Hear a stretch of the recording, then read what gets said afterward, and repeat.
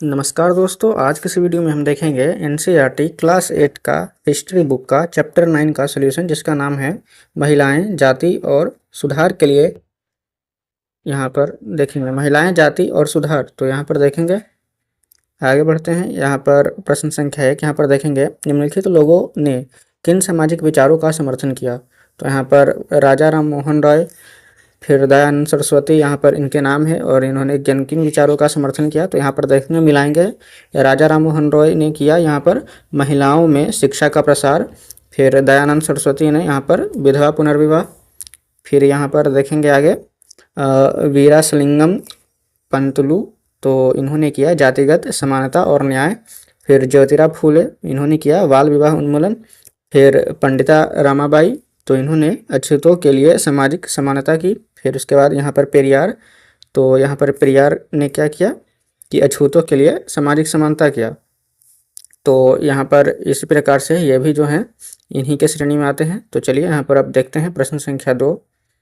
यहाँ पर 2 नंबर हमारा कह रहा है बताइए कि सत्य है या सत्य। तो यहाँ पर पहला कथन हम देखेंगे, जब अंग्रेजों ने बंगाल पर कब्जा किया तो उन्होंने विवाह, गोद लेने, संपत्ति के उत्तराधिकार आदि से संबंधित नियमों को विनियमित करने के लिए नए कानून बनाए।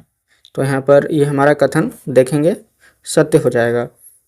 चलिए दूसरा देखते हैं, सामाजिक प्रथाओं में सुधार के लिए समाज सुधारकों को प्राचीन ग्रंथों का त्याग करना पड़ा, जो कि हमारा कथन असत्य है। चलिए अब आगे बढ़ते हैं। यहाँ पर तो यहाँ पर आगे बढ़ेंगे। यहाँ पर शायद से हमें लग रहा है कि यहाँ पर तीसरा और चौथा क्वेश्चन टाइप नहीं हुआ है, तो यहाँ पर अपने बुक में देख लेंगे। तीसरे का यहाँ पर असत्य हो जाएगा और चौथे का यहाँ पर सत्य हो जाएगा।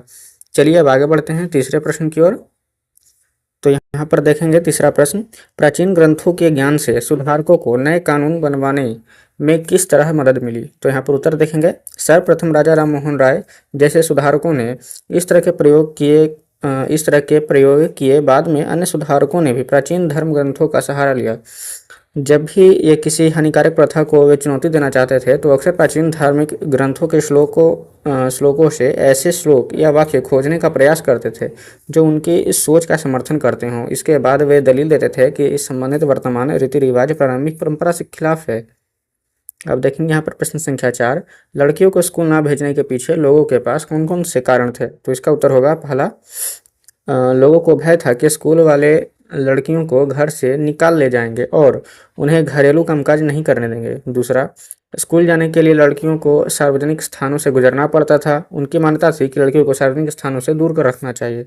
तीसरा, बहुत सारे लोगों को लगता था कि इससे लड़कियां बिगड़ जाएंगी। चलिए अब देखते हैं प्रश्न संख्या 5, ईसाई प्रचारकों की बहुत सारे लोग क्यों आलोचना करते थे। क्या कुछ लोगों ने उनका समर्थन भी किया? यदि हाँ, तो किस कारण। तो इसका उत्तर देखेंगे, देश के कई भागों में लोगों ने ईसाई प्रचारकों पर हमला किया क्योंकि उन्हें डर था कि ये प्रचारक जनजातीय समूहों तथा निम्न जाति के लोगों का धर्म परिवर्तन कर देंगे। हाँ, कुछ लोगों ने ईसाई प्रचारकों का समर्थन भी किया होगा, जिसका निम्न कारण थे। पहला, ये प्रचारक जनजातीय लोगों तथा निम्न जाति के लोगों के लिए स्कूलों की स्थापना कर रहे थे। दूसरा, इन लोगों के बच्चों के पास इससे कुछ ज्ञान एवं निपुणताएं आ रही थीं, जिनके सहारे वे बदलती दुनिया में अपने लिए रास्ता बना सकते थे।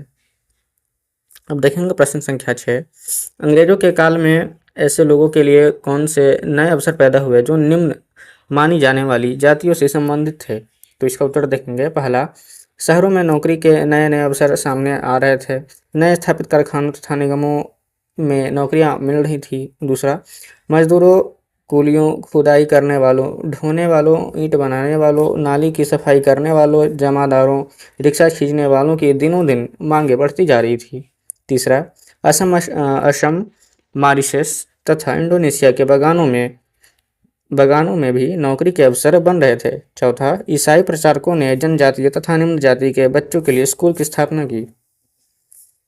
चलिए प्रश्न संख्या 8 देखते हैं। अब फूले ने अपने पुस्तक गुलामगिरी को गुलामों की आज़ादी के लिए चल रहे अमेरिकन आंदोलन को समर्पित क्यों किया। तो इसका उत्तर होगा, 1873 में फूले ने गुलामगिरी नामक एक किताब लिखिए। गुलामगिरी का अर्थ होता है गुलामी। इस घटना के करीब 10 वर्ष पहले अमेरिकी गृह युद्ध हुआ था, जिसमें अंततः अमेरिका में गुलामी प्रथा का अंत हुआ। यही कारण है कि फूले ने अपनी पुस्तक गुलामगिरी को अमेरिका में गुलामी प्रथा के विरुद्ध आंदोलन करने वालों को समर्पित किया।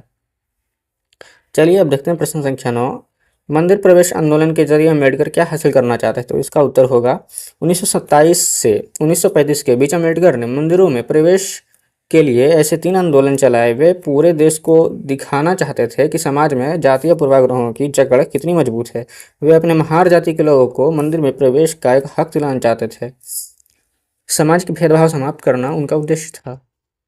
तो चलिए दोस्तों, इसी के साथ यहाँ पर हमारा चैप्टर नंबर 7 महिलाएं, जाति एवं सुधार समाप्त होता है और मिलेंगे हम नेक्स्ट वीडियो में चैप्टर नंबर 8 के सॉल्यूशन के साथ। तब तक के लिए धन्यवाद।